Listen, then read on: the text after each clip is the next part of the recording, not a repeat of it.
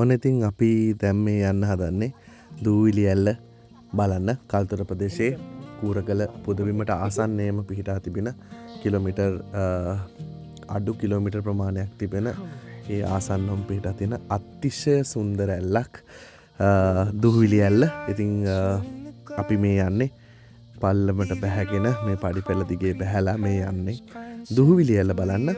ඉතින් ලස්සනම දිය පහරක් කඩා හැලෙන සුන්දර දර්ශනයක් තමයි ඊළඟට අපි බලන්න මේ යන්නේ.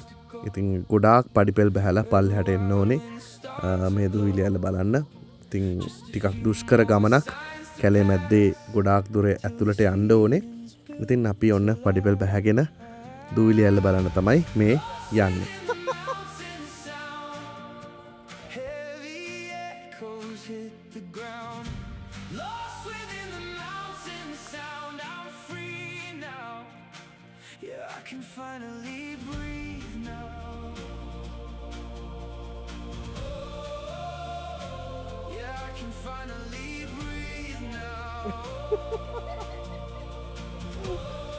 බීලත් මදි වෙයි වගේ.